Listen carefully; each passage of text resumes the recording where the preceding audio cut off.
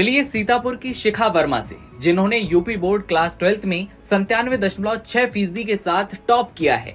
School और परिवार ने ढोल नगाड़ों के साथ जश्न मनाया।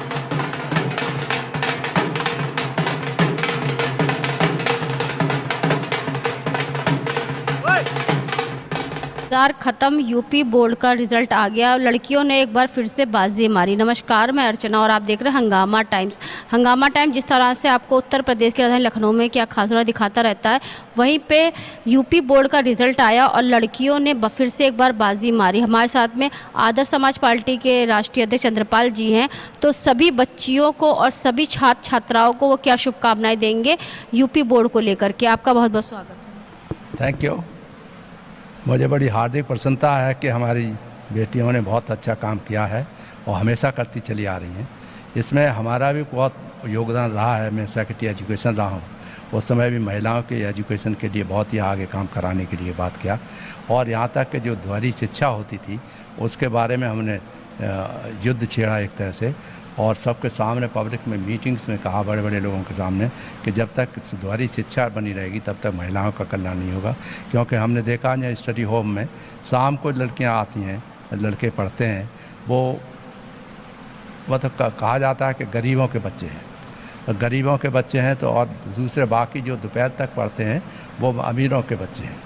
तो ये जो डिफरेंस जो होता है एजुकेशन का बेस ही द्वारा बन जाता है, उसको सुधारने के लिए हमने कहा था कि एक ही होना चाहिए।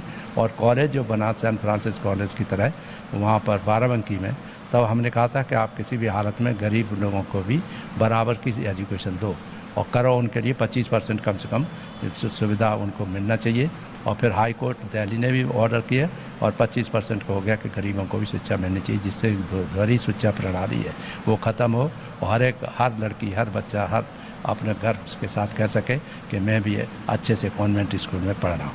एक तो ये हमने सुधार किया था और चल रहा है, वो बड़ी खुशी की बात है। हमारी महिलाएं, लड़कियां तो बहुत ही ज़्यादा कोशिश कर रही हैं और आगे बढ़ने की कंपटीशन उनमें रहता है। एडल्ट एजुकेशन का भी मैं डायरेक्टर रहा हूँ, आप आश्चर्य करोगे।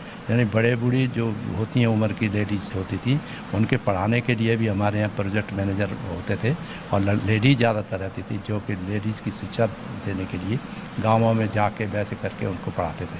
मगर शासन ने, बहुत से लोगों ने जो प्रगतिशील विचारधारा के नहीं हैं, उन्होंने जो है एक दिन कह के साहब बिना बात के बड़े बूढ़ों को पढ़ा रहे हैं, ये कर रहे हैं। तो ये पढ़ाना नहीं था, वो सामाजिक शिक्षा भी देना था सर, कि आपके क्या अधिकार हैं, कैसे अधिकारों को आप आगे बढ़ाएंगे, कैसे सुरक्षा करेंगे, तमाम बातें थी, वो ख़त्म कर दिया। बड़ा दुख की बात है।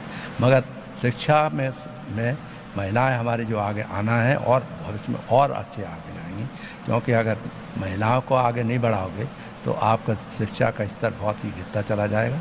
इसलिए महिलाओं को जोश होना ज़रूरी है और हम महिलाओं के साथ जोश में सम्मिलित हैं। बेटियों ने जो बाजी मारी है, तो बेटियों क्या शुभकामनाएं देना चाहेंगे उनके भविष्य? मैं तो हम शुभकामना है मेरी तरफ से, हृदय के हार्ट से मैं उनको शुभकामना देता हूं। और मैं रिक्वेस्ट करूंगा आपसे कि एक दिन किसी दिन इस हॉल में जो सबसे हाई स्कूल वगैरह में, इंटरमीडिएट में जिन्होंने अच्छे स्थान प्राप्त किए हैं, उनके सम्मान के लिए, तो उनको पारितोषिक देने के लिए एक प्रोग्राम का आयोजन किया जाए, जिससे मालूम पड़ा कि हम वास्तव में हवाई बातें नहीं करते, हम वास्तव में करना चाहते हैं। आपकी संस्था भी चलती है, डॉक्टर भीमराव अंबेडकर विकास सेवा संस्था। हाँ, उसी के अंतर्गत करेंगे हॉल में। हाँ, तथार्थ जो हॉल है, या 2 हॉल है, एक में ये करेंगे, दूसरा एक टेक्निकल स्किल्स के बारे में हम बहुत चिंतित हैं।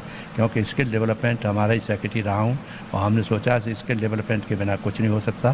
क्योंकि सारे देशों में जहाँ स्किल है, जापान है, चाइना है, कोरिया है, सवाना है, सब जगह हम घूमे, 35 कंट्रीज में घूम चुका हूँ, सब देख चुका हूँ। जब तक स्किल डेवलपमेंट नहीं होगा तब तक कुछ हो नहीं सकता।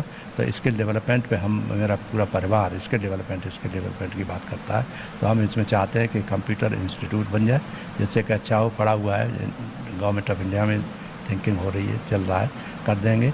तो एक हॉल में हम कंप्यूटर का इंस्टीट्यूट बनाएंगे और दूसरे में लड़कियों के लिए और लड़कों के लिए ट्रेनिंग इंस्टीट्यूट, जो ITI टाइप के जो है वो बनाएंगे।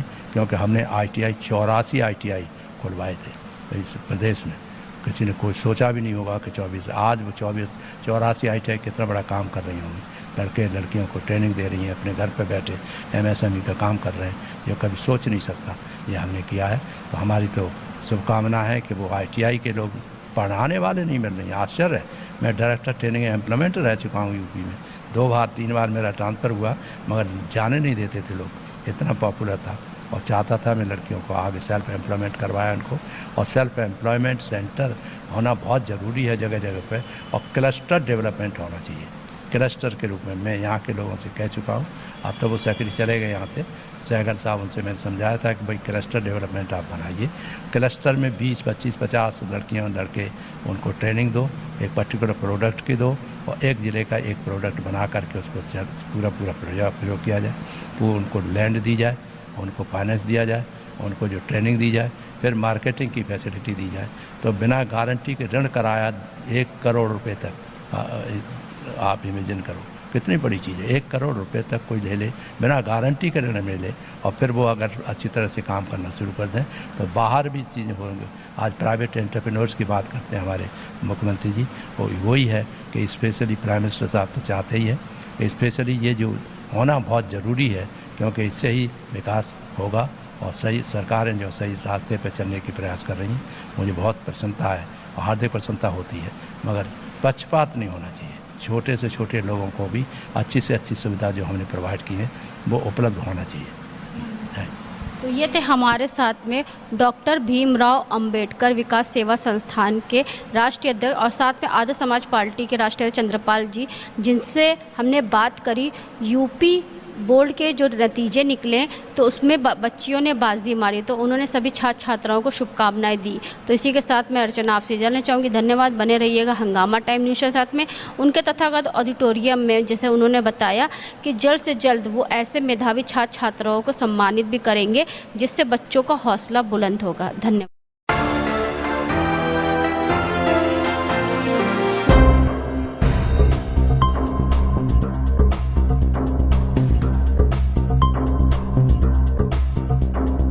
हंगामा टाइम्स की तमाम खबरों को देखने के लिए हंगामा टाइम्स को सब्सक्राइब कर लीजिए और बेल आइकन दबा लीजिए। अगर आपको ये वीडियो अच्छा लगा हो तो लाइक बटन प्रेस कर अपनी प्रतिक्रिया हमारे कमेंट बॉक्स में देना मत भूलें।